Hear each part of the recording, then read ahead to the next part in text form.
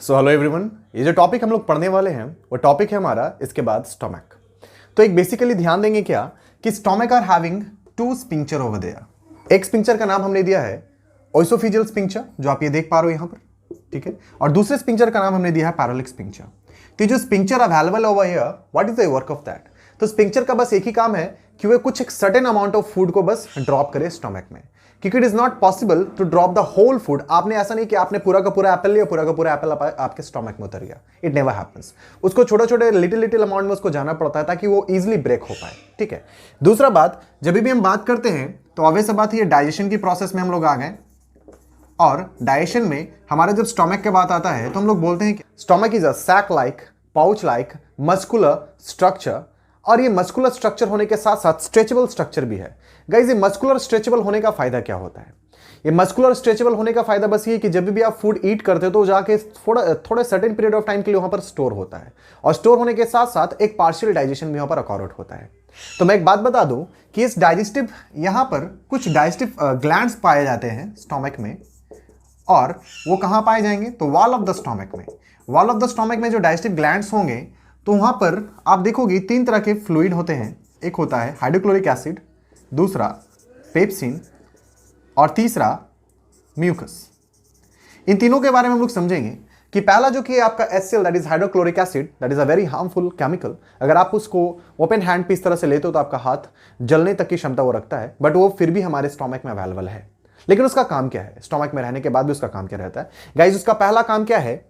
आप अगर गलती से कोई भी तरह के बैक्टीरिया को इनहेल कर लेते हो, what it will do, it will just kill that bacteria. जैसे होता ना कि हम लोग कोई खाना खाने वक्त कोई भी बैक्टीरिया को हम लोग खा लेते हैं, तो ultimately it will kill that bacteria. और अगर वो किल ना हो तो आपको फूड पॉइजनिंग वाले इश्यूज हो जाते हैं और आप वॉमिटिंग करना स्टार्ट कर देते हैं। दूसरा ये पेप्सिन है। पेप्सिन क्या करता है? पेप्सिन तोड़ता है प्रोटीन्स को पेप्टॉन में, प्रोटीन्स टू पेप्टॉन। तो बातें आती है कि सर ये प्रोटीन कहां से हमें मिलेगा? तो ऑब्वियस सा बात है, प्रोटीन हमें मिल्क एंड मीट से मिलता है। और जब हम बात करते हैं पेप्टॉन की, तो पेप्टॉन कुछ नहीं बल्कि अ ग्रुप ऑफ पेप्टाइड है। और जब बात आती है कि व्हाट इज अ पेप्टाइड, तो मैं एक बात बता दूं guys, peptide a chain of amino acids है, ठीक है। तो एक बात बस लेकिन एक बात आपको हमेशा ये ध्यान रखना है क्या, कि जो पेप्सिन है बस प्रोटीन को पेप्टॉन में तोड़ता है। प्रोटीन को किस में तोड़ता है? पेप्टॉन में। बाकी आगे की जो प्रक्रिया आप देख रहे हो पेप्टाइड को तोड़ना अमाइनो एसिड्स में, आगे की प्रक्रिया में हम लोग सीखेंगे। तो फिलहाल के लिए हमारा पॉइंट क्लियर आउट हुआ। तो आई होप कि आपको ये HCl के बारे में समझ में आया और पेप्सिन के बारे में समझ में आया। तीसरा हम लोग देखते हैं mucus. Mucus is what? Mucus is a liquid kind of thing.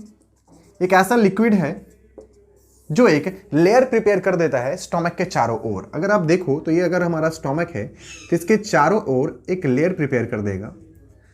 और अगर ये लेयर प्रिपेयर्ड है तो लेयर प्रिपेयर्ड होने के बाद फायदा क्या होता है? तो जैसे मान लेते हैं कि अगर मान लो कि ये सारे लिक्विड्स हमारे पास अवेलेबल हैं और ये फूड ये जो ड्रॉप हुआ तो फूड तो सिंपलर फॉर्म में टूट ही जाएगा।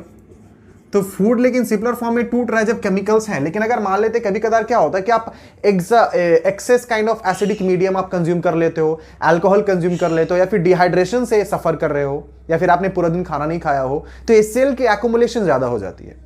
HCl की एक्युमुलेशन ज्यादा होने से हमारा जो म्यूकस मेम्ब्रेन है वो डिजेनरेट हो जाता है।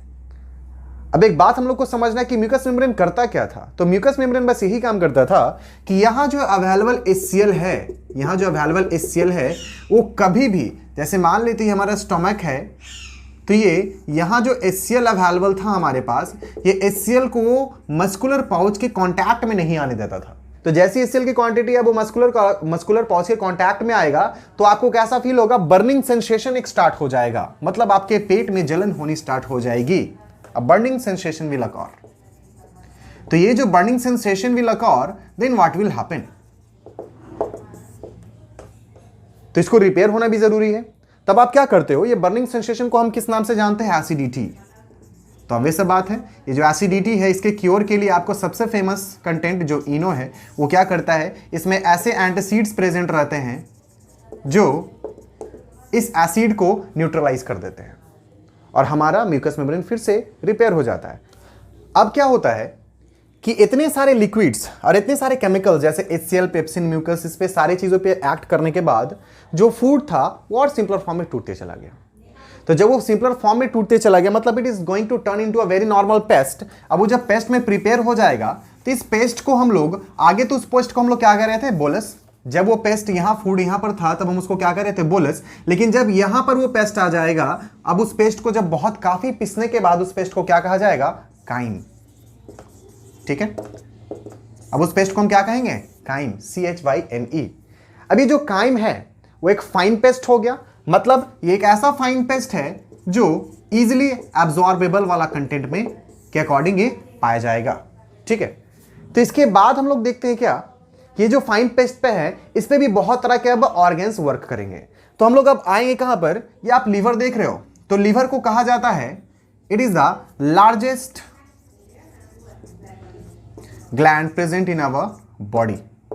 ये लार्जेस्ट ग्लैंड है।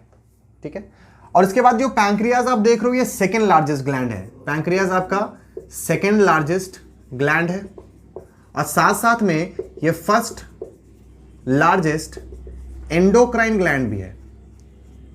अभी एंडोक्राइन एक्सोक्राइन हम लोग अभी नहीं, थोड़े दिन बाद समझेंगे। तो हमारे एक जो हम लोग जिसकी बात कर रहे थे लीवर की, तो लीवर का हमने आपको बताया कि it is the largest gland. तो लीवर भी एक अच्छा खासा इंपॉर्टेंट रोल प्ले करता है। लीवर और पैंक्रियाज अपने सिक्रेशंस को, जो भी अब काइम प्रिपेयर हो गया है, वो काइम अब कहां जाएगा, इंटेस्टाइन में जाएगा। मतलब now the chyme is going to enter into the intestine. और मैंने आपको बताया था कि जहां से स्टोमक एंड होगा और इंटेस्टाइन स्टार्ट होगा, स्मॉल इंटेस्टाइन स्टार्ट होगा, that startup is known as what, that startup is known as what, duodenum. ठीक है, और उस डेड्यूनम के एग्जैक्टली बिगिनिंग में एक स्पिंक्चर अवेलेबल है, that is known as what, pyloric sphincter. ये पायरोलिक स्पिंक्चर का काम क्या है, यहां भी कुछ अमाउंट ऑफ फूड उतना ही अवेलेबल नहीं जाएगा, यानी कि एज अ होल चला जाएगा। A little amount of food, it will allow little amount of food to enter into the small intestine. मतलब अब स्टोमक से जो है स्मॉल इंटेस्टाइन में ये पायरोलिक स्पिंक्चर की वजह से थोड़ा अमाउंट ऑफ फूड जाएगा। ठीक है, क्योंकि उसे अगर एज अ होल आप उतार दोगे तो it will never be get absorbed और digested in a proper manner. ठीक है, अब क्या होता है, ये जो लीवर है और दूसरा हमारा पैंक्रियाज, तो लीवर और पैंक्रियाज भी डाइजेशन में बहुत ज्यादा मदद करते हैं, इंपॉर्टेंट रोल प्ले करते हैं। ये अपने सिक्रेशंस को स्मॉल इंटेस्टाइन में सिक्रेट करते हैं। ठीक है, दे रिलीज देयर सिक्रेशन और they secrete their secretion in the small intestine. और ये द स्मॉल इंटेस्टाइन में अगर इस सिक्रेशन को सिक्रेट करेंगे तो इनके सिक्रेशन का काम क्या है और इनके कौन कौन से सिक्रेशन, इसको हम लोग समझेंगे।